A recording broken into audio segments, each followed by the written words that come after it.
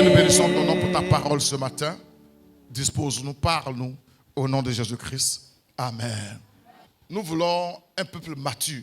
Nous voulons des chrétiens qui ne se laissent pas séduire facilement.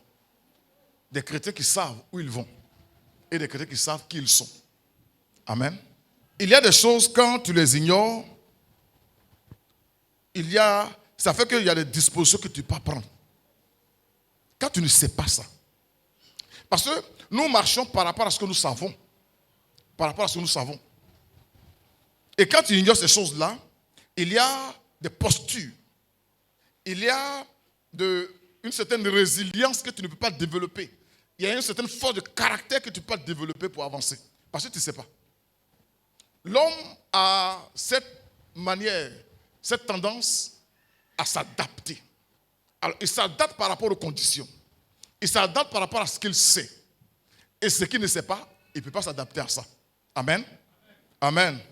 J'ai dit amen, hein? Amen. Alors, il faut pouvoir avancer dans la vie, surtout dans la vie chrétienne. Mais il faut savoir dans quel milieu tu es. Il faut savoir dans quel environnement tu évolues. Il faut savoir qui tu es. Qui tu es. Le genre de foi que tu vas développer dépend du genre de message, du genre de prédication, de ce que tu sais. Vous avez des gens qui ont des foi très paresseuses, très passives, par rapport au message qu'on leur a annoncé. On leur a dit non, tu sais, quand tu es en crise, la souffrance s'arrête, arrête de souffrir. On leur a dit que tu es en crise, il n'y a rien à faire encore, la grâce est là. Donc, comme il a entendu ce genre de message et qu'il a cru à ce message, il a commencé à dormir. Il ne fait aucun effort. Quand tu dis, mais fais un effort, il dit non, c'est Dieu qui fait tout. Il est très spirituel. Quand tu dis, mais pourquoi? Il dit non, la grâce me suffit. Mon ami, je vais te réveiller ce matin. Amen. Amen. Dans Romains 10, 16, 17, je vais aller doucement, et puis je vais dire beaucoup de choses. Il faut examiner toutes choses, et puis il faut retenir ce qui est bon. Romains 10, 16 à 17, mais tous n'ont pas obéi à la bonne nouvelle. Aussi Ésaïe dit-il, Seigneur, qui a cru à notre prédication? Qui a cru à notre prédication? Ainsi la foi vient de ce qu'on entend. La foi vient de ce qu'on entend, et ce qu'on entend vient de la parole de Christ. Et je voudrais, sans péché peut-être, dire le genre de foi que tu développes est lié au genre de prédication que tu écoutes. Dans une église où on prêche sanctification seulement, vous voyez les gens ont peur du péché. Dans une église où on prêche seulement la grâce, vous voyez les gens n'ont pas peur du péché. Et dans une église où on prêche la grâce et la vérité, il y a un équilibre qui s'introduit. Amen. Amen. Alors aujourd'hui, l'un est effrayé. Je voudrais une fois de plus nous alerter et nous encourager. Nous, toi et moi. C'est des choses que tu sais déjà. Je vais simplement revenir là-dessus. On prêche ici, il n'y a pas quelque chose de nouveau. Mais on dit la répétition est pédagogique, comme les enseignants nous le disent. Amen. Amen. Pourquoi tu es triste comme ça? Regarde ton voisin, il faut sourire un peu. Amen. Mon thème ce matin, c'est guerre. Guerre. 3 choses à savoir. Vous savez, il y a des moments où on donne des titres comme ça, mais en fait, c'est le contenu qui est le plus important. Guerre. Guerre. Peut-être qu'on ne te l'a jamais dit. Peut-être qu'en t'engageant dans la vie chrétienne, tu ne le savais pas. Ce matin, je suis là pour t'annoncer cette bonne nouvelle-là. Tu ne vas pas rentrer en guerre. La guerre ne viendra pas vers toi. Mais tu es déjà en guerre. J'ai dit quoi? Comme tu ne sais pas ça, donc, quand quelque chose t'arrive, tu reçois une balle ici, tu penses que Dieu t'a abandonné. Il ne t'a pas abandonné. On est en guerre. Nous sommes en guerre. Amen. Alors, je voudrais prendre mon texte de base dans 2 Rois 6, 8 à 23. Ceux qui ont les cahiers, ceux qui ont... Apprenez à avoir des cahiers et puis écrivez. Écrivez, écrivez, écrivez, écrivez. Prenez note. Amen. Prenez note. On ne sait jamais. Un jour, tu vas te retrouver à Domangbe. Et puis on te dit, ah frère, tu peux nous exhorter un peu? Ton cahier à côté. Tu fais semblant quoi? Quand tu joues les durs. Tu dis, bon, vous m'avez surpris, bon, je vais voir. Et puis tu ouvres. et puis tu vois guerre, 3 choses à savoir. Tu prêches ça. Mon frère, il n'y a pas de droit d'auteur dessus. Le seul qui a le droit d'auteur, c'est Jésus-Christ. Amen. Tu prêches ça, n'a pas triché. N'a pas triché. Vous avez compris, non? Voilà, donc il faut écrire. 2 Rois 6, 8 à 23. Je lis la parole de Dieu avec respect. Pardonnez, venez les mercredis là. Dis à ton voisin, il y a un enseignement les mercredis soir, il faut le dire. Je voudrais vraiment... J'ai l'impression que ces derniers temps, les gens ont commencé à un peu plus venir au culte. Ma femme me disait que le lundi déjà, il y avait beaucoup de femmes. Mais le mercredi, j'ai senti qu'il y avait beaucoup. Et puis hier, vendredi, pardon, il y avait aussi quand même... Venez au culte les soirs. Venez au culte les soirs. Vous avez compris? Il faut dire à ton voisin, pardon, viens au culte les soirs. Ça fait partie des actes d'adoration. Ça fait partie de la preuve que toi aussi tu aimes Dieu. Amen. 2 Rois 6, 8 à 23. Je lis la parole de Dieu, verset 8. Le roi de Syrie était en guerre avec Israël. Et dans un conseil qu'il tint avec ses serviteurs, il dit, mon camp sera dans un tel lieu. Verset 9. Mais l'homme de Dieu fit dire au roi d'Israël, garde-toi de passer dans ce lieu, car les Syriens y descendent. Verset 10. Et le roi d'Israël envoyait des gens pour s'y tenir en observation vers le lieu que lui avait mentionné et signalé l'homme de Dieu. Cela arriva non pas une fois, ni 2 fois. Le roi de Syrie en eut le cœur agité. Il appela ses serviteurs et leur dit, ne voulez-vous pas me déclarer lequel de vous est pour le roi d'Israël? L'un de ses serviteurs répondit, personne, ô roi mon Seigneur, mais Élisée, le prophète, qui est en Israël, rapporte au roi d'Israël les paroles que tu prononces dans ta chambre à coucher. Et le roi dit, allez et voyez où il est, et je le ferai prendre. On vint lui dire, voici, il est à Dothan. Il envoyait des chevaux, verset 14, des chars, et une forte troupe qui arrivait de nuit et qui enveloppait la ville. Le serviteur de l'homme de Dieu se leva de bon matin et sortit. Et voici, une troupe entourait la ville avec des chevaux et des chars. Et le serviteur dit à l'homme de Dieu, ah, mon Seigneur, comment ferons-nous? Il répondit, ne crains point, car ceux qui sont avec nous sont en plus grand nombre que ceux qui sont avec eux. Élisée pria et dit, Éternel, ouvre ses yeux pour qu'il voie. Et l'Éternel ouvrit les yeux du serviteur qui vit la montagne pleine de chevaux et de chars de feu autour d'Élisée. Les Syriens descendirent vers Élisée. Il adressa alors cette prière à l'Éternel, daigne frapper d'aveuglement cette nation. Et l'Éternel les frappa d'aveuglement selon la parole d'Élisée. Élisée leur dit, ce n'est pas ici le chemin et ce n'est pas ici la ville. Suivez-moi et je vous conduirai vers l'homme que vous cherchez. Il les conduisit à Samarie. Lorsqu'il fut entré dans Samarie, Élisée dit, Éternel, ouvre les yeux de ces gens pour qu'ils voient. Et l'Éternel ouvrit les yeux et il vit qu'ils étaient au milieu de Samarie. Le roi d'Israël, en les voyant, dit à Élisée, frapperai-je mon père? Verset 22, tu ne frapperas point. Répondit Élisée, est-ce que tu frappes ceux que tu fais prisonniers avec ton épée et avec ton arc? Donne-leur du pain et de l'eau, afin qu'ils mangent et boivent, et qu'ils s'en aillent ensuite vers leur maître. Le roi d'Israël leur fit servir un grand repas, et ils mangeaient et burent. Puis il les renvoya, et ils s'en allèrent vers le maître, et les troupes de Syrie ne revinrent plus jamais, plus sur le territoire d'Israël. Que Dieu bénisse sa parole ce matin. Amen. Il y a guerre entre Syrie et Israël. Quand le roi, avec ses chefs militaires, ses généraux, disent demain on sera dans tel endroit, Dieu révèle cette position à son oint, qui va dire au roi, demain ne passe pas ici parce que les gens seront là. Et le roi de Syrie a commencé à suspecter des gens au milieu d'eux. Qui est le traître? Qui est la taupe? Qui est l'agent secret au milieu de nous? On donne à personne. Seulement, ce que tu dis de ta chambre, là, il y a un prophète qui est là-bas, Dieu lui révèle ça. Il dit, bon, vous allez aller me chercher. Il a mobilisé son armée et puis ils sont partis. Élisée a prié simplement, frappe-les d'aveuglement. Il les a pris, les a envoyés dans le camp ennemi. Il dit, Seigneur, ouvre leurs yeux. Ils ont ouvert. Le roi dit, ah, je vais les frapper. Il dit, non, tu ne les frappes pas. Il faut leur donner à manger. Ils ont mangé.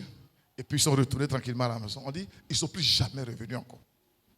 Est-ce qu'on peut acclamer le Seigneur ce matin? Amen.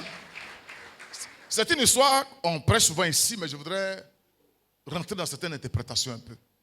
Parce que vous avez l'habitude d'entendre peut-être, mais je vais rentrer dedans. Amen. Alors, pour commencer, je voudrais te dire certaines choses. Que tu le veuilles ou pas, toi et moi, nous sommes en guerre. Nous sommes en quoi? Je pense qu'on ne t'avait pas peut-être dit ça. Et toi, tu penses que le moment, comme tu es arrivé, tu as dit que tu es chrétien, les choses vont aller grou. Tu as dit quand tu dis oh, ça sort, quand tu dis ah, ça sort, quand tu dis oh. Non, nous sommes en guerre. Amen. Amen. Tu peux peut-être ne pas le savoir. Peut-être que tu as pris des dispositions de paix, mais tu es en guerre contre l'ennemi. À aucun moment, toi et l'ennemi là, vous allez signer un pacte d'accord. À aucun moment. La Bible dit que le monde est inimitié contre Dieu. Le monde là, son roi, son patron s'appelle Satan, le diable. Et puis le royaume de Dieu, son patron, c'est Jésus. On dit les deux là, ils vont pas s'entendre hier, ils ne vont pas s'entendre aujourd'hui, ils ne vont pas s'entendre éternellement. Amen. Et toi, tu étais dans un camp. Et puis tu quittes le camp, tu rentres dans l'autre camp. Et puis tu veux que l'autre camp où tu as quitté là, ils soient d'accord avec toi. Ou bien tu n'as pas encore donné ta vie à Jésus. Amen. Amen. Si tu as donné ta vie à Jésus, je t'annonce que tu es en guerre. Si tu ne sais pas que tu es en guerre, ta manière de prier, ta manière de résister ne sera pas ferme, ne sera pas conforme à la parole de Dieu. Parce que vous voyez, quand il y a la guerre, la manière de se tenir n'est pas la même que quand on est en temps de paix. Quand on est en temps de paix. Aujourd'hui, quand vous passez sur les corridors, vous voyez les agents de force de l'ordre là, il est assis là, pardon, il est debout là, il a son treillis, il tire la barre, puis il te donne dos, et puis il est en train de téléphoner. Parce qu'on est en temps de paix. On est en temps de quoi? Quand il y avait la crise, il faut donner dos à quelqu'un, voiture qui vient, tu ne sais pas qui est dedans, il faut donner dos, tu as téléphoné. Donc vous voyez, les comportements ne sont pas les mêmes.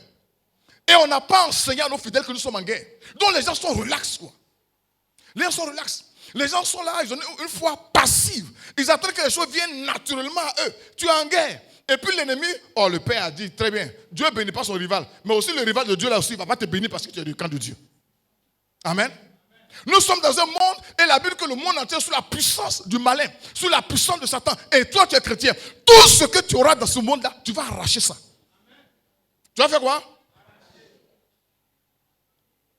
Vous n'avez pas remarqué que ce que les gens gagnent facilement là, nous là, on fait un jeûne de 40 jours pour ça. Vous n'avez pas remarqué ça?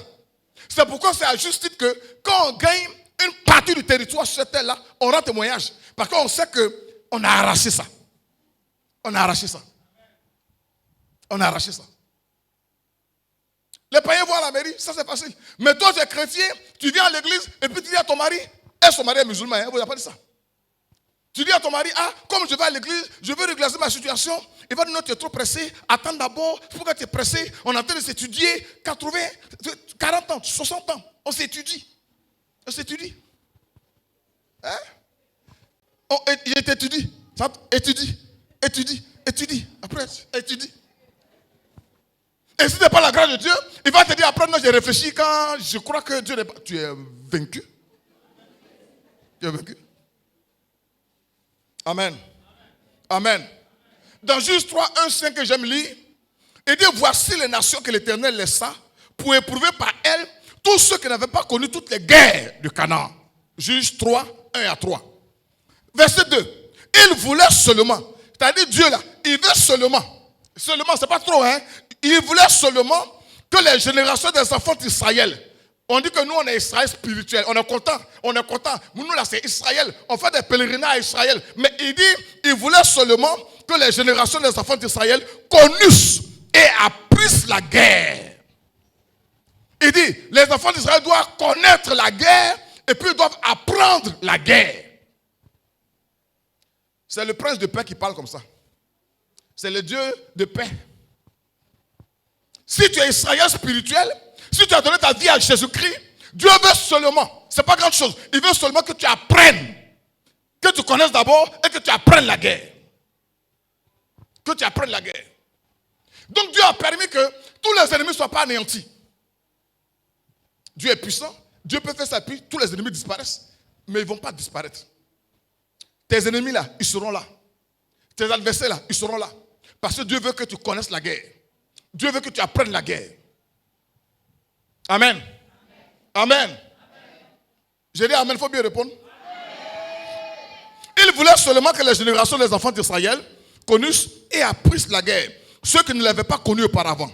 Ces nations étaient 5 princes des Philistins, tous les Cananéens, les Sidoniens et les Héviens qui habitent la montagne du Liban, depuis la montagne de Baal-Hermon jusqu'à l'entrée de Hamath. Ces nations servirent à mettre Israël à l'épreuve. Il y a des mots, parfois quand tu lis la Bible, tu passes trop vite. Dieu utilise tes ennemis pour te mettre à l'épreuve. Ce n'est pas Satan. Hein? Souvent on pense que tout c'est Satan. Dieu utilise tes ennemis pour te mettre à l'épreuve. Alléluia. Alléluia. Afin que ces nations servirent à mettre Israël à l'épreuve. Afin que l'Éternel sût s'ils obéiraient au commandement qu'ils avaient prescrit à leur père par Moïse. Écoutez bien au verset 5, dangereux. Verset 5. Et les enfants d'Israël habitèrent au milieu des Cananéens, des Hétiens, des Amoréens, des Phérésiens, des Éviens et des Jébusiens. Dieu te met au milieu des ennemis. Le Dieu d'amour, il te met au milieu pour que tu connaisses la guerre et que tu apprennes la guerre. Même aujourd'hui, Israël, l'État, c'est le seul État au monde qui est environné d'ennemis. Le seul État au monde. Parce que Dieu a voulu qu'ils apprennent, qu'ils connaissent, qu'ils apprennent la guerre. Aujourd'hui encore, il veut qu'ils connaissent et qu'ils apprennent la guerre. Israël est en guerre permanente. Je parle d'Israël aujourd'hui, là, permanente. Chaque jour, presque, il y a des missiles, il y a des projets qui quittent les ennemis, les pays ennemis pour venir vers eux. Ils ont développé ce qu'on appelle le dôme de fer. Ils interceptent les missiles chaque jour. Dieu veut qu'ils connaissent la guerre. Dieu veut qu'ils apprennent la guerre. Si toi aussi, tu es Israël spirituel, si toi aussi, tu viens d'Abraham, si Abraham qui est le père de la foi est aussi ton père dans la foi, alors je t'apprends ce matin que Dieu veut 2 choses. Que tu connaisses la guerre et que tu apprennes la guerre. Que tu fasses quoi? Parce que souvent, on est là, non, je ne comprends pas. Pourquoi? Je suis chrétien. Normalement, un enfant de Dieu là, rappelle-toi que tu es au milieu des ennemis. Ce que les gens gagnent facilement là, toi, tu dois arracher ça. Tu dois arracher ça. Par ta prière, par ta consécration à Jésus-Christ, tu dois arracher ça. Tu dois arracher ça. Les gens jettent les enfants dans les poubelles matin, midi, soir. Mais nous, pour avoir enfants là, tu es garçon, tu fais tes efforts et quand matin, il n'y a rien. Parce qu'on va arracher ça. Oui, on va arracher. Parce que la guerre qu'on a, c'est que dans cette guerre-là, nous sommes déjà plus que vainqueurs. Mais il y a un message que tu donnes. Avant que tu ne puisses atteindre, avant que tu ne puisses arriver, pour que Dieu permette que tu connaisses et que tu apprennes la guerre. Parce qu'il y a quelque chose qu'il veut faire dans ta vie. Il veut faire dans ta vie. Je vois des gens, non, je ne comprends pas. Et puis je suis venu à l'église là, Dieu m'a fait quoi pour moi? Il y a un artiste bizarre là, que lui il a été pasteur, Dieu n'a rien fait pour lui. Non, je n'ai pas dit son nom. Comment il dit son nom ici là? C'est un plaisantin. Parce que vous voyez, on n'enseigne pas à nos frères et soeurs quand ils viennent à l'église. On ne leur dit pas qu'on est en guerre. On ne leur dit pas ça. On ne leur dit pas que Dieu veut seulement que tu apprennes la guerre. Que tu connaisses la guerre. Connaisses la guerre. Si c'est Alagna qui te met en guerre, il est méchant. Mais je parle de celui qui a créé le ciel et la terre, le Dieu d'amour. Il te met en guerre. Si tu ne sais pas, ta manière de marcher sera bizarre quoi. Tu marches, tu relaxes. Tu fais tout. Tu regardes ce que tu veux regarder. Tu manges ce que tu veux manger. Tu touches ce que tu veux manger. Tu lapes ce que tu veux laper. Parce que tu ne sais pas que tu es en guerre. Tu ne sais pas que tu es en guerre. Quand on est en guerre, on ne regarde pas tout. On ne touche pas à tout. On ne passe pas partout. On ne passe pas partout. Pourquoi? Parce qu'on est en guerre. On est en guerre. Amen. Tous les pas que tu poses pour avancer, tu les arraches. Tu fais quoi? C'est pourquoi on a témoignage. Sinon, si les choses venaient naturellement là, tu vois qu'on aurait témoin ici. On arrache. Nous sommes en guerre. Nous sommes en guerre. La dernière fois, je suis allé, puis, tout à l'heure, on va arriver. Si je ne finis pas le message, le dimanche prochain, je vais continuer. Je vois un gars qui allait acheter une voiture, 120 millions, pour offrir ça à un marabout. T'as dit, aussi, non? Attends, Djabi et moi, on est toujours chez Traoré ici. Quand on attrape un côté, l'autre côté, c'est casse quoi. Mais on est en guerre. On est en guerre. Mais on ne va pas se compromettre. Jésus a dit, le diable a dit à Jésus, non, si tu m'adores, si tu fais ça, je vais te donner. Il dit, il faut prendre.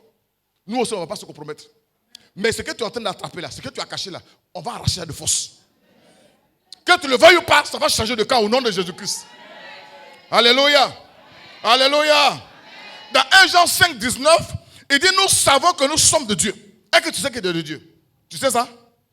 Si tu ne sais pas ça, tu vas souffrir. Nous savons que nous sommes de Dieu. Et que le monde entier est sous la puissance du malin. Le monde entier est sous quoi?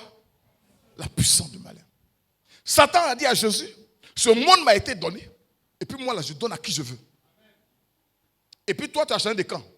Tu t'appelles chrétien. Tu t'appelles petit Christ. Tu t'appelles enfant de lumière. Dieu a déposé son pouvoir entre tes mains. À tous ceux qui croient en son nom, à tous ceux qui l'ont reçu, il leur a donné le pouvoir de devenir enfant de Dieu. C'est un pouvoir que tu as. Tu es sur une royauté, tu es établi sur une autorité. Et puis, tu ne sais pas que Satan va venir pour dire, bon, tiens, prends. Dans le monde là, prends. Souvent, je suis à l'accès, je me moque un peu de lui, on rit. Il fait des factures pour les gens. Les mêmes factures, les gens font plus. On les paye. Lui, on ne paye pas pour lui. On ne paye pas pour lui.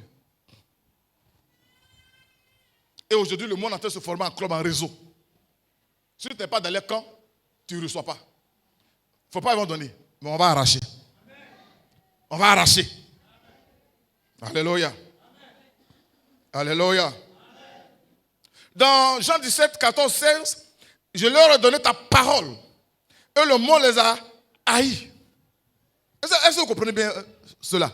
Ce n'est pas si c'est en guerre ou bien en chose. Il dit, je leur ai donné ta parole.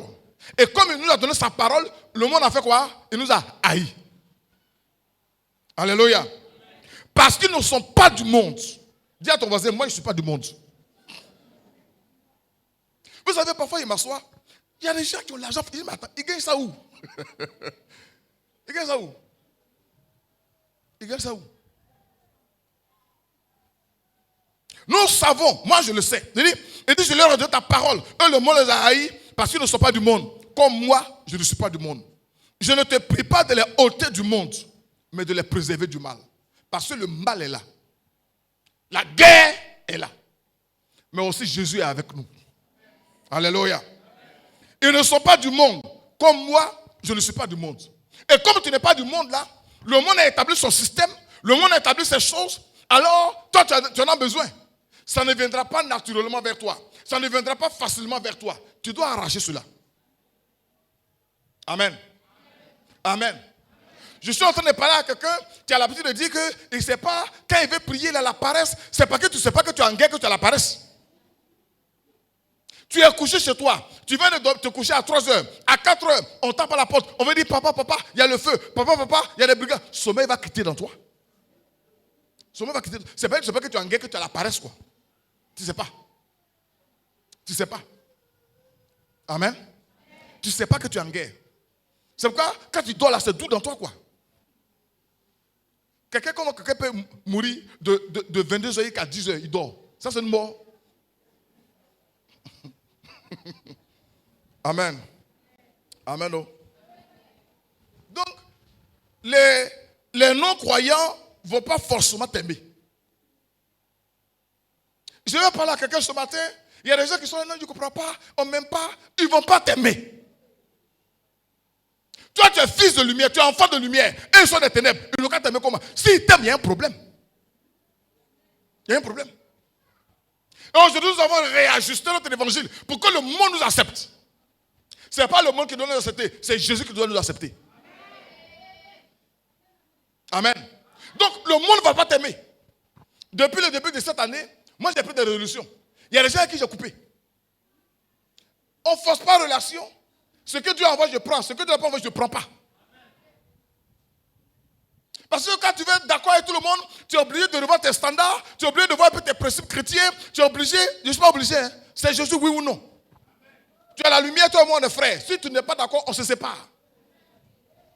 Parce que les mauvaises compagnies corrompent les bonnes mœurs. Dieu m'a donné une vision. Ceux qui vont m'aider, ceux qui vont m'encourager dans cette vision-là, je suis avec eux. Je suis avec eux. Genre, quand Jésus va venir, ah mais pourquoi tu n'as pas fait ça? Non, vraiment j'avais essayé de causer à Mamadou, j'ai essayé avec Digbe, vraiment j'étais en train de... Jésus ne tient pas compte de ça. Amen. Il faut revoir tes meilleurs amis là, c'est qui? Si toi et puis le marabout, vous êtes partenaires, c'est que toi tu n'es pas encore dans la lumière. Parce qu'il dit, je leur ai donné ta parole et le monde les a haïs. Quand tu reçois la parole de Dieu, le monde te hait. Et si le monde te hait, tu es en guerre. Si le monde te hait, tu es en danger. Tu es en danger. Tu es en danger avec tes voisins, tu es en danger dans le quartier, tu es en danger de ta famille. Il dit, l'homme aura pour ennemi les gens de sa maison. Tu es en danger. Et toi, tu es en danger, et puis tu as l'appareil, j'ai l'appareil de prier. Toi, tu n'as rien compris. Je ne sais pas quand je vais prier, mais il faut dormir. Il faut dormir. Tu n'as pas remarqué que tu dors de 22h jusqu'à 10h du matin, mais quand tu es fatigué, tu n'as pas remarqué ça. Comme Jésus n'est pas là, comme il n'y a pas la lumière, il n'y a rien en toi. Tu deviens cheval. On te prend par là à bleu le quai et puis on revient. Je ne comprends pas, quand je dormais, dans le songe, vraiment, j'ai été attaqué. C'est comme je m'envolais. Tu ne t'envolais pas, hein? On t'a pris comme avion pour aller. Et puis vous avez fait aller-retour. Aller-retour. Donc quand tu viens, tu es fatigué. Matin, tu te réveilles. Tu dis, je ne sais pas, j'ai dormi, mais je suis fatigué. Tu n'as pas dormi en fait. Tu n'as pas dormi. Les gens de ta maison ne vont pas forcément t'aimer. Au travail et dans les affaires, on te fera une guerre féroce dans les affaires. Tu vas déposer ton dossier, on va dire oui, que c'est vrai, c'est bon, on va te rappeler. Et puis on ne te rappelle plus. Toi, tu as déposé le dossier. Celui à qui tu as déposé là, ce n'est pas un pasteur, ce n'est pas un chrétien, ce n'est pas un ange. Tu ne sais pas de quel bois il est. Quand ton dossier est déposé, le sang de Christ est dessus, il touche le dossier. Même quand tu es arrivé, il a vu ton aura. Les rosicruciens, les illuminatis savent lire dans la vie de quelqu'un. Quand on te voit, on voit l'aura, on voit qu'il y a un truc jaune or. On sait que ça là, c'est un saint, c'est un chrétien.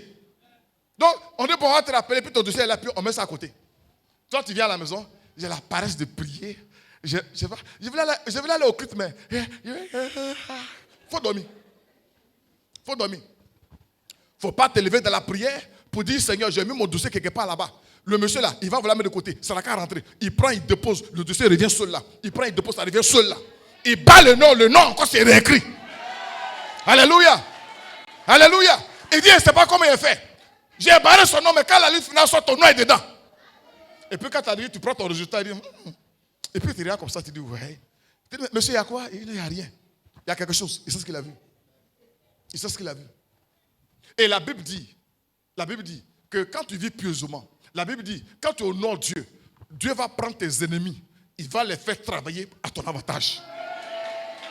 Mais je parle de qui? Celui qui honore Dieu. Hein? C'est pas celui qui... Bon, faut dormir. Faut dormir. Amen. Je n'ai pas encore construit le message, hein? C'est l'introduction.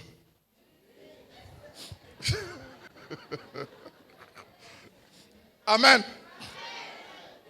Le monde va te haïr. La guerre est totale. Puisque dans le monde spirituel, il y a une mobilisation contre toi. On va le voir tout à l'heure. C'est pourquoi tu ne dois pas jouer avec ta vie et tu dois t'accrocher véritablement au Seigneur. Alléluia. La guerre est spirituelle. La guerre, c'est ton argent, l'argent. La guerre est là-bas. La guerre, elle est sociale. Tes relations avec les gens. Tes relations avec les gens. Il y a une guerre là-bas. Il utilise tout pour te faire la guerre. Au niveau familial. Parce qu'il ne comprend pas. Mon grand-père là, il ne m'aime pas. Il ne sait pas ce qu'il a fait à ma maman. Il ne sait pas ce qu'il a fait à mon papa. Mes frères, tu ne vas pas tout comprendre. Mais le jour où tu comprends que tu es en guerre là, tu vas comprendre de quoi je parle. N'attends pas que toi tu sois chrétien et puis le monde est là, il dit, ah, là, tu es chrétien, vraiment c'est bien. Voilà le diable. Ils te feront la guerre. Ils te feront la guerre. C'est la maladie aussi. Le terrain de la guerre, c'est la maladie. Le terrain de la maladie, c'est le mariage. Il va bloquer, il ne va pas te donner. Il y en a aussi, ils donnent. C'est-à-dire quand tu n'as pas, c'est problème. Quand tu as ça aussi, parfois c'est problème aussi. On dit ceux qui sont dedans veulent sortir. Et puis ceux qui sont dehors veulent rentrer. Amen. Vous savez pourquoi? Le mariage vient de Dieu. Mais vous savez pourquoi c'est compliqué? Parce que c'est un terrain de guerre. C'est un terrain de quoi? Si tu as compris ça, ta manière de voir les choses là, ça va changer. Ta manière de voir les choses va changer. Tu seras plus résilient. Dans Marc 6, 47 à 48, Marc 6, 47 à 48, le soir étant venu, la barque était au milieu de la mer et Jésus était seul à terre. Verset 48, écoutez bien. Il vit qu'ils avaient beaucoup de peine à ramer. Ils ont fini le ministère. Jésus leur a dit, allez de l'autre côté, je vais vous suivre. Et de loin, dans la pénombre, ils regardent. Ils voient qu'ils avaient beaucoup de mal à ramer. Il y a des gens comme ça au milieu de nous. Ils doivent partir d'un point A à un point B. Ils doivent aller à l'autre bord. Mais ils ont du mal à ramer. Pourquoi? Parce qu'on dit que le vent était contraire. Ne pense pas que ta marche vers ta destinée, ta marche vers la gloire, ta marche vers ta bénédiction, ne pense pas que ce sera un vent qui va t'accompagner avec la voie naturelle. Le vent sera contraire. Le vent sera contraire parce que tu es en guerre. Le vent sera contraire parce que l'ennemi ne voudra pas te voir là-bas. Le vent sera contraire. Mais la Bible dit qu'à ce moment-là, quand Jésus a su qu'ils étaient en peine, il est venu vers eux en marchant sur les eaux. Que le Seigneur vienne à ta rencontre ce matin au nom puissant de Jésus-Christ. Alléluia. Alléluia. Oh. Il vit qu'ils avaient beaucoup de peine à ramer. Car le vent leur... J'aime bien ce mot-là. On ne dit pas seulement que le vent était contraire. Mais on dit que le vent leur était contraire. C'est à eux. À eux.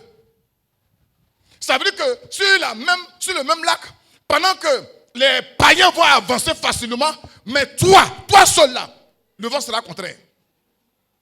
Le vent sera contraire. Parce que c'est pas n'importe quel vent. Nous sommes en guerre. Nous sommes en guerre. Heureusement, Jésus est avec nous. Mais il faut que tu vois en train de ramer. Il faut que tu vois en train de compter sur lui. Alors quand le vent est contraire, lui il vient et puis il parle au vent. Le vent se calme et puis il dit allons-y. On va arriver. On va arriver. Mais Jésus a permis qu'ils partent, qu'ils fassent d'abord les efforts pour qu'ils puissent comprendre qu'ils sont en guerre, pour qu'ils puissent comprendre qu'ils ont besoin de Jésus-Christ. Vous avez des gens, tant que ça va bien, ah vraiment, je vais bénir le Seigneur. Non, on dit, mais tu as eu le bac. Non, j'ai trop étudié. Mon frère, tu peux beaucoup étudier, mais le vent est contraire. Si Jésus ne bâtit pas la maison, tout ce que tu fais, c'est en vain. Tout ce que tu fais, c'est en vain. Tu peux vendre l'eau glacée, hein? Voisin va l'eau glacée. Ton eau glacée là, quand tu fais le plein, ça fait 8 jours. Elle est fait, ça fait 2 jours. Toi, tu es là, tu ne dors pas. Tu dors seulement. Novelas, regarder film. Et puis chez toi, c'est critiquer drum. Donc, un peu de critiquer les gens, un peu de choses. Il y a des gens qui sont là, tu as dit, eux, leur problème là, c'est se préoccuper de ce qui se passe dans la vie des gens. Parce que je ne sais pas quoi. Mais tu n'as pas appris l'autre là. Ah, mais l'autre là, pourquoi? Mais, mon frère, où on est arrivé là? On est en guerre. Tu ne comprends pas. Tu te dis que tu n'es rien. Tu te dis, tu n'as rien.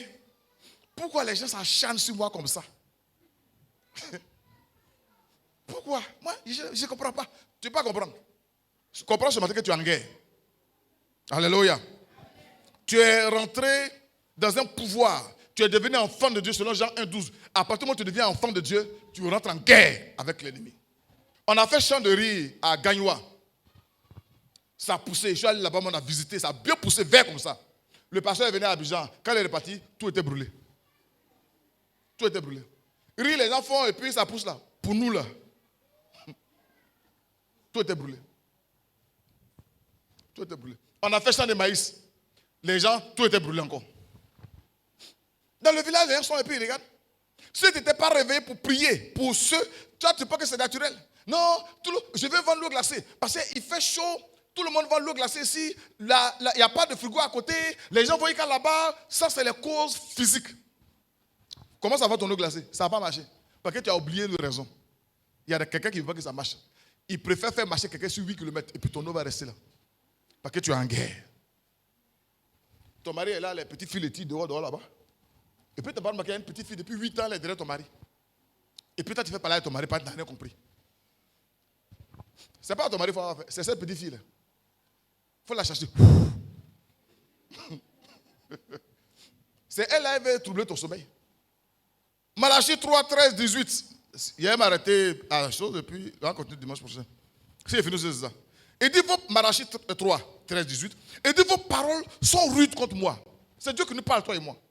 Vos paroles sont rudes contre moi, dit l'Éternel. Et vous dites, qu'avons-nous dit contre toi?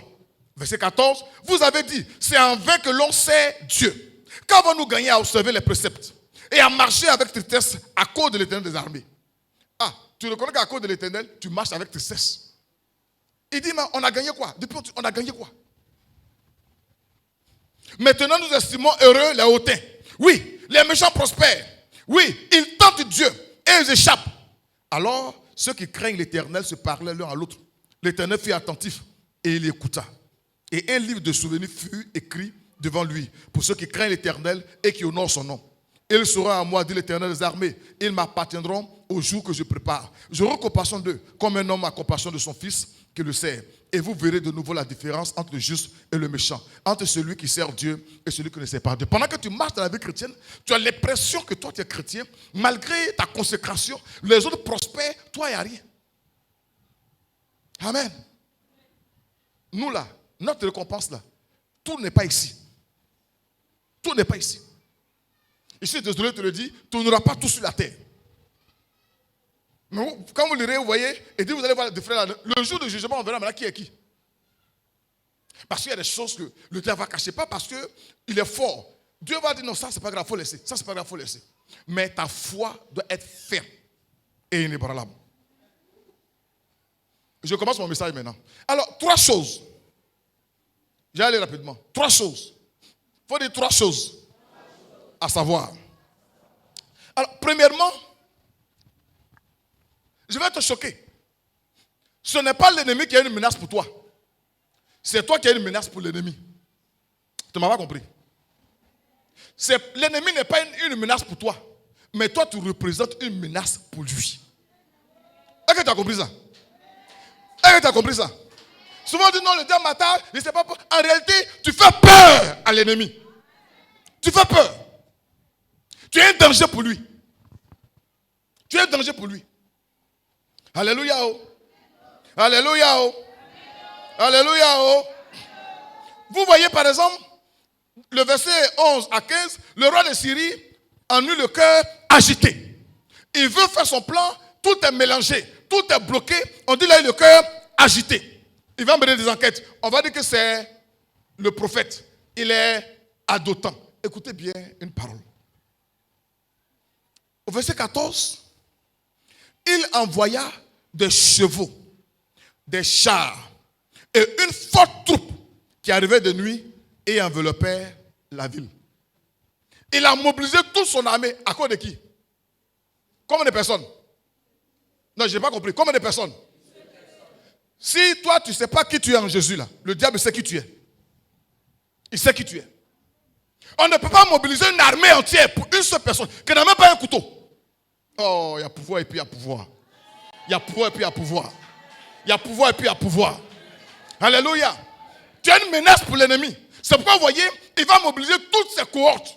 Ta famille, au travail, ton quartier, à l'église. Il va mobiliser beaucoup de personnes à cause de toi seul. Tu pleures. Arrête de pleurer. En fait, Satan est en train de te dire que toi là, tu n'es pas n'importe qui. Tu es une menace pour lui. Tu es une menace pour lui. Alléluia. Tu es une menace pour lui. Alléluia. Tu es en train de peupler son royaume. Tu évangélises. Tu arrêtes des âmes. Tu es une menace pour lui. La Bible dit que le Fils apparaît afin de détruire les œuvres du diable. Et toi, chaque jour, par ta prière, par ta sanctification, ton engagement, tu es en train de détruire les œuvres du diable. Et dit celui-là, si je ne l'arrête pas, il va faire quelque chose dans mon camp. Il est en train de faire quelque chose dans mon camp. Et ces choses-là, on est en guerre. Et on va continuer de travailler pour cela. Alléluia. Alléluia. Dis à ton voisin, si tu ne sais pas qui tu es, le diable sait qui tu es. Je ne sais pas, je viens à l'église, les gens parlent mal de moi. Je ne sais pas, dans ma famille, là, les gens parlent de moi. Tu ne peux pas comprendre, toi tu es là, tu n'as pas l'argent, tu n'as pas construit villa, tu n'as pas acheté avion, tu n'as pas acheté voiture, mais tu es là et puis tout le monde entier est contre toi. Tu n'as pas compris ça? Oui, à ceux qui l'ont reçu, à ceux qui croient en son nom, il leur a donné le pouvoir de devenir enfant de Dieu. Alléluia. Alléluia. Le roi de Syrie va mobiliser toute son armée. Et puis il va choisir certainement les élites. Eux-mêmes, peut-être qu'ils partaient, ils ne savaient pas où ils partaient. Parce que généralement, quand il y a une mission, c'est les généraux qui savent ce qu'il faut faire. Donc les gens sont pour eux, il y a une armée devant avec des roquettes, avec des... Et puis ils arrivent. On dit, mais on est venu chercher qui? On dit non. Peut-être le prophète là, il est là, avec son pantalon, son habit déchiré. Il est là, non, c'est à cause de... Et puis, ceux qui voient dans le physique, mais il n'a rien. Alléluia. Il n'a rien. Il passe là, il est en tapette. Avant, c'était les sandales là. Fléquin, on dit, ah, mais c'est à cause de lui là. Et tu les vois, ils ont les carquois, ils ont les blindages. Ils sont là comme ça. Et puis, ils partent comme ça dans la main. Alléluia. Alléluia. Alléluia. Oui, quand tu ne sais pas qui tu es, tu vas te plaindre, tu vas murmurer. Mais sache que toute cette mobilisation, cette cohorte, à cause de toi seul là, parce que tu es important. Parce que tu es une menace pour l'ennemi. Tu es une menace pour l'ennemi. Tu es une menace pour... Ils viendront par un seul chemin, mais ils s'enfuiront par 7 chemins. Ils te feront la guerre, mais ils ne te vaincront point. Parce que l'Éternel est avec toi. Il est avec toi. Amen. Amen. Pourquoi dans le service là, on cherche pas les maris des autres. Toi, c'est ton mari on cherche. C'est toi on cherche. C'est toi qui es en guerre. C'est toi qui es en guerre. Ton mari peut-être n'est pas le plus beau dans le service, hein, mais c'est lui on cherche. Tu n'as pas compris ce qui est derrière. Tu n'as pas compris ce qui est derrière. Alléluia. Alléluia. Le diable sait qui nous sommes. Je sais qui je suis. C'est pourquoi David pouvait dire, je suis une créature si merveilleuse. Dans le mot merveilleux, il met beaucoup de choses dedans. Je suis une créature si merveilleuse. Alléluia. Alléluia. 1 Jean 3:8. Celui qui pêche est du diable. Car le diable pêche dès le commencement. Le Fils de Dieu est apparu afin de détruire les œuvres du diable. Le Fils, donc, il nous a donné ce pouvoir-là de marcher sur les serpents, de marcher sur les scorpions et sur toute la puissance de l'ennemi. Et tu penses que le diable va te laisser comme ça en train de mélanger, en train de marcher sur sa tête, en train de marcher sur sa queue, en train de détruire ses œuvres? Tu es une menace pour lui. C'est pourquoi, quand tu commences, même Jésus, étant couché au milieu des animaux, il n'y avait pas d'hôtel pour lui. Le roi, ce que lui là, il est dangereux. Même son bébé l'a fait peur. Ce n'est pas le physique qui est le plus important. Il y en a qui savent vivre dans le spirituel. Et si on s'acharne sur toi, commence à te poser des questions. C'est quoi ils ont vu et puis ils s'acharnent sur moi. Je n'ai pas d'argent, je loue maison, je n'ai pas voiture, je n'ai pas ça, je n'ai pas wax, je n'ai rien. Mais ils ont vu quoi? Ils ont vu quoi? Ils ont vu ce que toi tu ne vois pas. Ils ont vu ce que toi tu ne vois pas. Ils ont vu ce que tu ne vois pas. Alléluia. On dit qu'ils ont vu l'étoile, ils ont suivi l'étoile. Mais le roi il avait ses magiciens, il avait ses mystiques. Ils lui ont dit, roi, lui là, il est dangereux. Il dit quoi? Bébé là. Il dit, son bébé là, ça fait peur. Elle ne pas acclamer Jésus. Amen. Dans notre passage du jour, il est étonnant de voir comment un roi peut mobiliser toute son armée pour une personne qui n'a même pas un petit couteau sur lui. Alléluia. Alléluia. Et sache que le diable ne va pas lésiner sur les moyens pour t'anéantir, pour te faire taire, pour t'arrêter d'être un adorateur, pour t'empêcher d'être un mauvais adorateur, pour t'amener à ne pas venir au culte, pour t'amener à ne pas venir écouter les renseignements, pour t'amener à ne pas prier, pour t'amener... Parce qu'il sait que si tu te lèves, ce que Dieu a prévu pour toi là, ça va se réaliser. Mais ça va se réaliser au nom puissant de Jésus-Christ. Amen. Amen. Est-ce que tu connais ta valeur? Non, je ne parle pas de voir ce que tu as apporté. Ce n'est pas ça. Je ne parle pas de la valeur que tu as apportée. Mais la Bible dit que celui qui est en moi est plus grand que celui qui est dans le monde. Jésus est en moi. Jésus est en moi. Jésus est en moi. Alléluia. Alléluia. Oh. Alléluia. Oh. Il y a un pasteur qui m'a appelé, on doit se rencontrer demain. Il dit, les gens sont venus, je ne vais pas vous donner la localisation, après je vais vous parler de ça. Il dit, les gens sont venus le voir et puis ils ont pris tout son matériel sono pour partir avec ça. Qu'il ne comprend pas. Il dit, lui a dit, il faut comprendre. Il faut comprendre. Il dit, mais pourtant, on a mis vite, on a tout fermé. J'ai dit, ce n'est pas le bruit physique qui dérange les gens. Il y a un bruit spirituel. Si tu étais un faux pasteur, on ne donne pas. Pourtant, dans la zone, il y a beaucoup d'églises. C'est pour lui, là. Si tu es un faux pasteur, on n'allait pas venir t'embêter.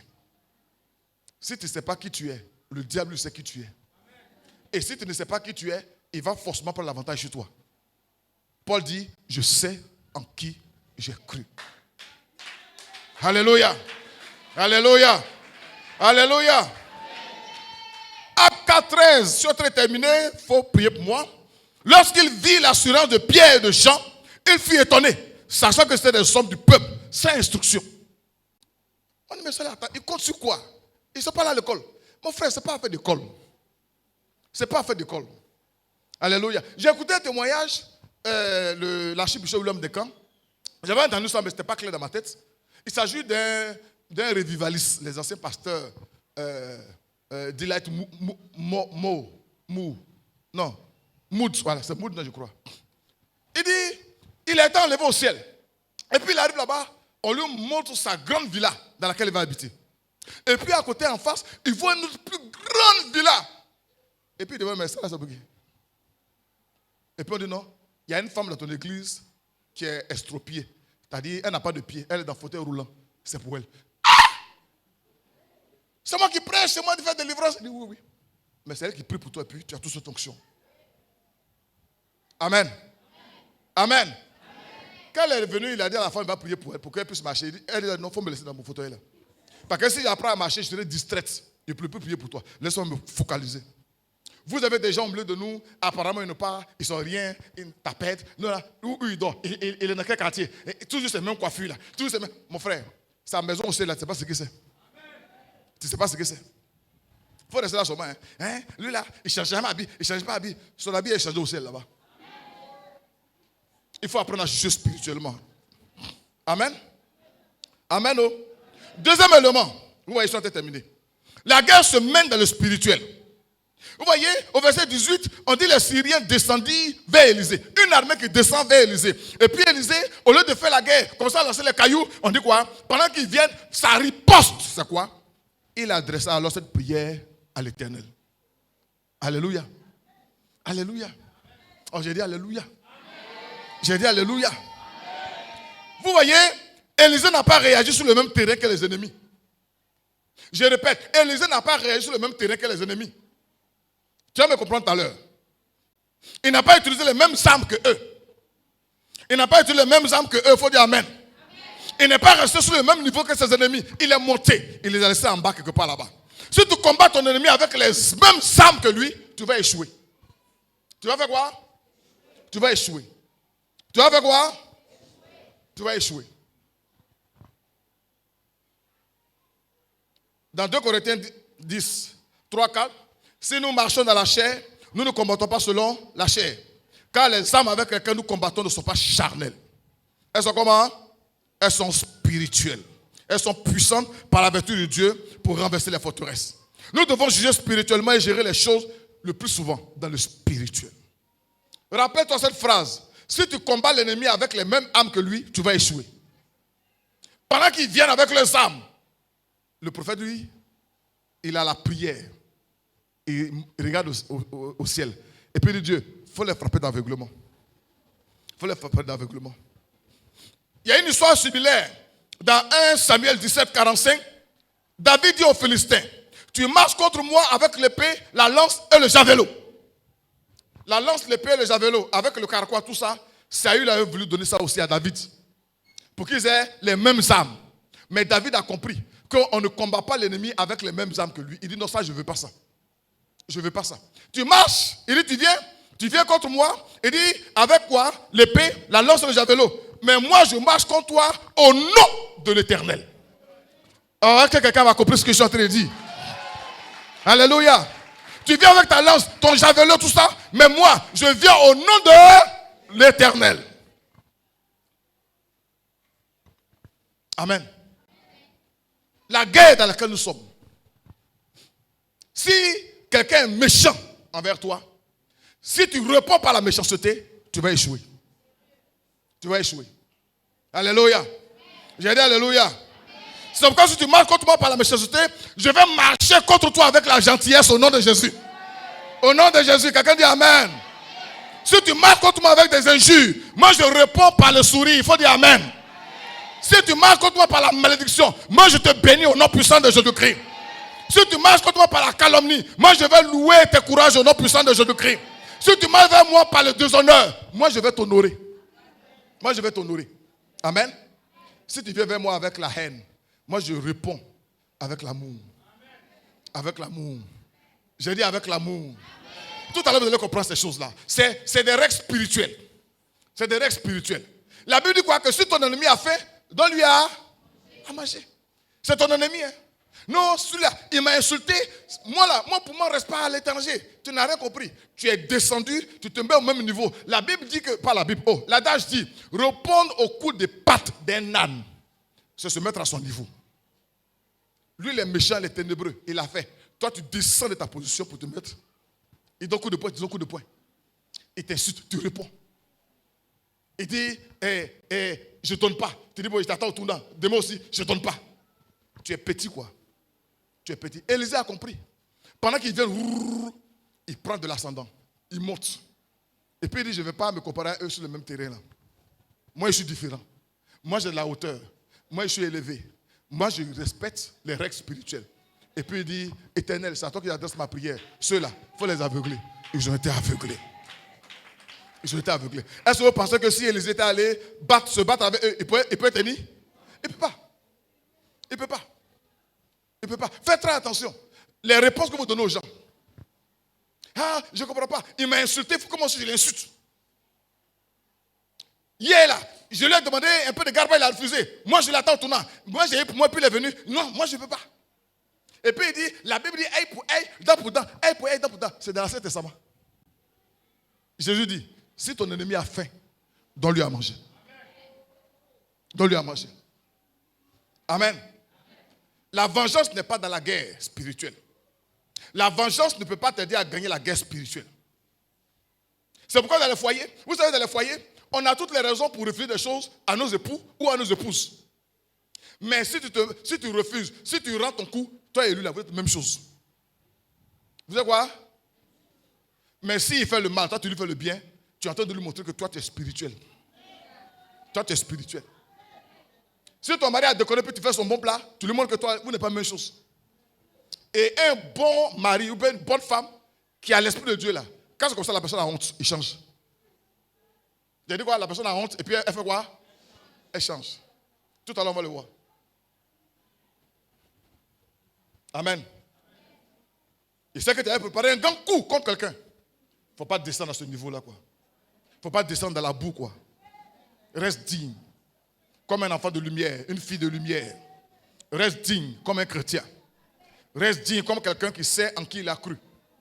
Reste digne comme quelqu'un qui sait que les armes avec lesquelles il va combattre là, elles ne sont pas charnelles. Elles ne sont pas charnelles. Tu ne peux pas combattre avec la colère, la convoitise, la vengeance, la rancœur. C'est charnel. Mais nous combattons avec les armes spirituelles. Qu'est-ce que Dieu dit? C'est ce que je fais. C'est ce que je fais. Amen. Amen. Amen. Donc dans ton quartier, il y a une dame là, elle passe toujours, elle ne te salue jamais. Pasteur, j'ai décidé que je n'ai plus à saluer. Tu es descendu à son niveau. Quand tu viens, tu dis, ma soeur, bonjour. Et puis elle ne répond pas. Et puis tu souris. Et puis tu continues. Quand elle vient, elle passe fou. Et puis, souvent il y a les contacts à côté de nous là. Tu as vu, non? Elle t'a pas salué. Et puis c'est toi qui salues toujours. Lui qui a été te conseiller comme ça là, il n'est pas gentil. Amen. Ne te laisse pas vaincre par le mal, mais surmonte le mal par le bien. Elles ne sont pas acclamées le Seigneur. Amen. Quand tu vas répartir tout à l'heure là, salue ton voisin qui ne te saluait pas. Fais du bien à ceux qui t'ont fait de la méchanceté. Mais à la fin, la personne s'assoit et dit, mais attends, lui, elle se moque de moi. Hein. Je ne le salue pas et puis il me salue. Quand lui me l'a gêné quoi. Après un jour, il s'arrête, toi tu me provoques. Il ne te provoque pas. La Bible me dit que les armes avec lesquelles je combats, ce ne sont pas les mêmes armes que le monde utilise. Le monde utilise. Vous savez, dans le monde là, par exemple, quand tu connais quelque chose, quand tu as quelque chose, tu gardes le secret. C'est pas ça? Mais nous sommes des enfants de lumière, on n'a rien à cacher. Quand j'ai quelque chose, je montre à mon frère, à ma soeur. Il dit, ah, ma soeur, j'ai fait telle chose, j'ai découvert telle chose, c'est bon. C'est bon. Amen. Amen. Amen, oh. Je termine avec le troisième point. Vous voyez, je suis terminé. Troisième chose à savoir, dans cette guerre, l'arme la plus redoutable. Parce que quand on va en guerre, on va avoir une arme, c'est pas ça? La plus redoutable. Je vais te décourager, mais c'est ça. C'est l'amour. C'est quoi? C'est quoi? Il n'y a pas une arme plus redoutable que ça. Toi et moi, nous avons été conquis à la grâce de Dieu. Par quoi? L'amour, simplement. L'amour est puissant. L'amour effonde toutes les forteresses. Amen. Si ton nom est amour, personne ne pourra te détruire. Dieu est amour et il travaille dans l'amour. Il travaille dans l'amour. Dans cette guerre, nous avons à lutter contre les hommes qui ne sont que des instruments. Ce n'est pas contre des hommes qu'on lutte. Ce ne sont que des instruments. Le commandement est dans le spirituel. Même dans l'armée physique, les gens que vous voyez sur le terrain là, ce n'est pas eux qui donnent les ordres. Les patrons sont ailleurs. Donc le voisin, la voisine, ta famille, le frère, ceux qui sont contre toi, ceux qui te persécutent, en réalité, ce n'est pas à eux que tu as affaire. C'est au commandement que nous avons affaire. Jésus a regardé Pierre droit dans les yeux et lui a dit, arrête de moi Satan. Alléluia. C'est le commandement qui est le plus important.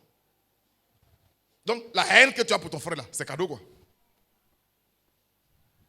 Moi, ma famille là, ils m'ont fait telle chose. J'ai donné en guerre, mais nous là, on répond par l'amour. On répond par l'amour. On répond par l'amour. J'ai connu un jeune, il y a longtemps, son papa était son premier persécuteur. Premier persécuteur, affaire de Dieu. 2 ans quand je suis parti, il est devenu le prophète. Quand il prie, il tombe. C'est son papa qui le soulève pour lui. Dieu est puissant. Dieu est puissant. Alléluia. Mais il a continué d'honorer son père. Il a continué c'est l'amour quoi. L'amour quoi. Que Dieu nous aide. Éphésiens 6:12, vous lirez ça, quand nous n'avons pas à lutter contre la chair et le sang, mais contre les dominations, contre les autorités, contre les princes de ce monde.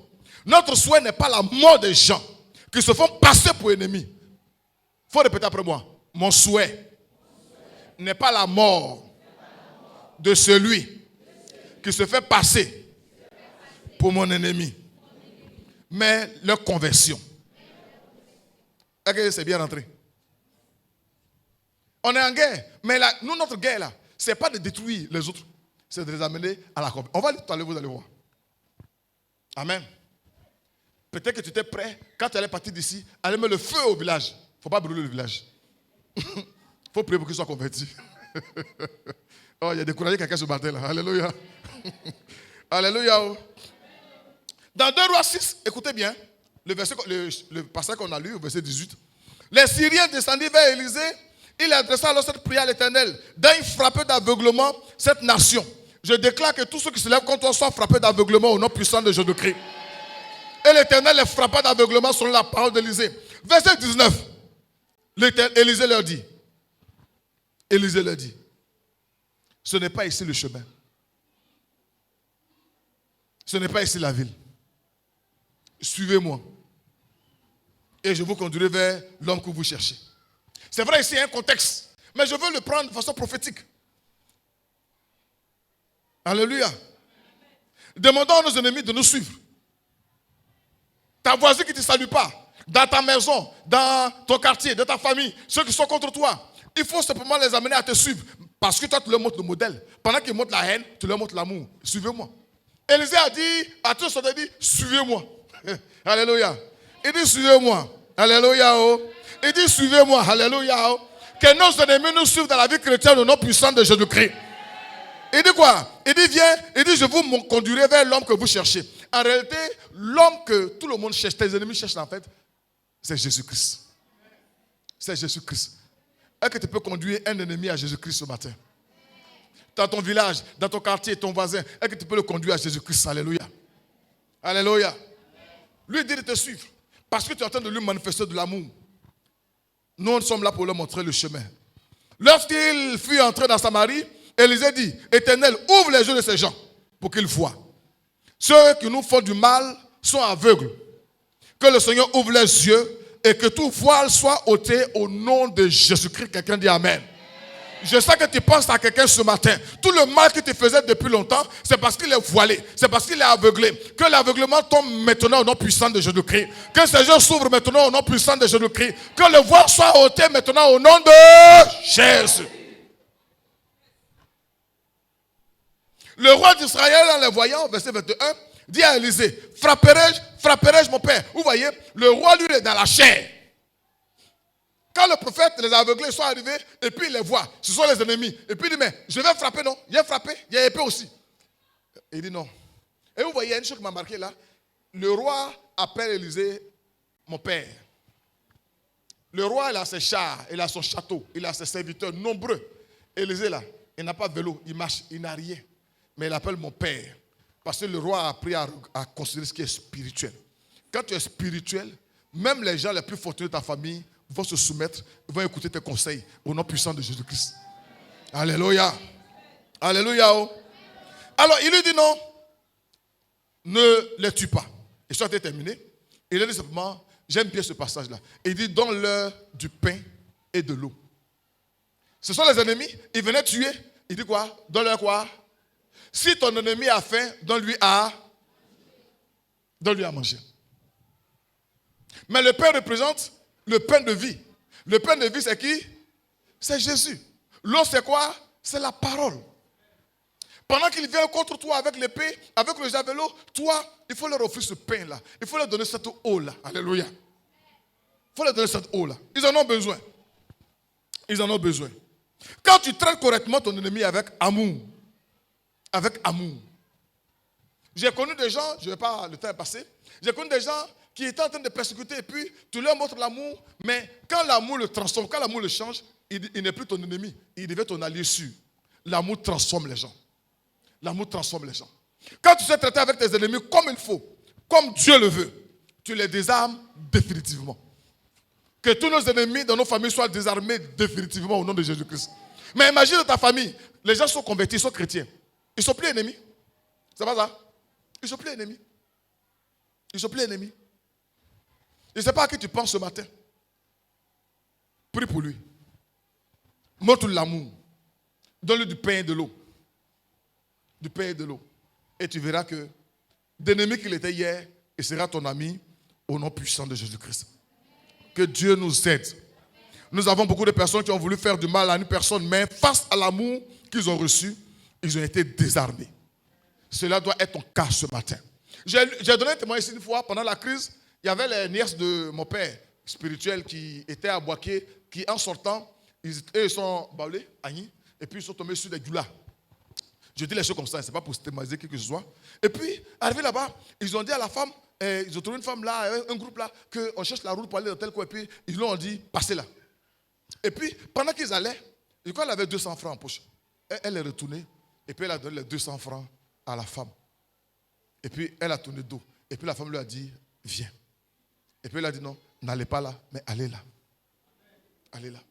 Cette femme s'était constituée comme ennemie. Mais l'amour qu'elle a manifesté a désarmé la femme. Elle a changé de camp. Elle lui a dit, non, ne passe pas là. Parce qu'en fait, là où ils ont allé là-bas, le groupe était là-bas. On allait les exécuter. Non, ne passe pas là. Il faut passer là. Que ton amour fasse changer de camp à quelqu'un au nom puissant de Jésus-Christ. Que ta gentillesse fasse changer de camp à quelqu'un au nom puissant de Jésus-Christ. Nous sommes en guerre, c'est vrai. Mais nous, ce n'est pas avec des armes charnelles que nous combattons. Mais c'est avec les armes spirituelles. La parole de Dieu, le pain de vie et le témoignage que nous avons. Partout, dans ta famille, que ce soit à l'église, que ce soit à la maison, que ce soit dans ton service, partout tu seras. Que l'amour qui en toi soit plus fort que la haine que les gens manifestent à ton égard. Ainsi, tu auras tous ces gens dans ton camp au nom puissant de Jésus-Christ. Au nom puissant de Jésus-Christ. Pour terminer, ça peut sembler paradoxal. Ça peut sembler paradoxal. Pour terminer, Dieu permet cette guerre dans laquelle nous sommes déjà plus que vainqueurs. Amen. Alors, il le fait pour forger, pour nous forger, et puis pour nous rendre plus matures. Plus matures. Plus matures.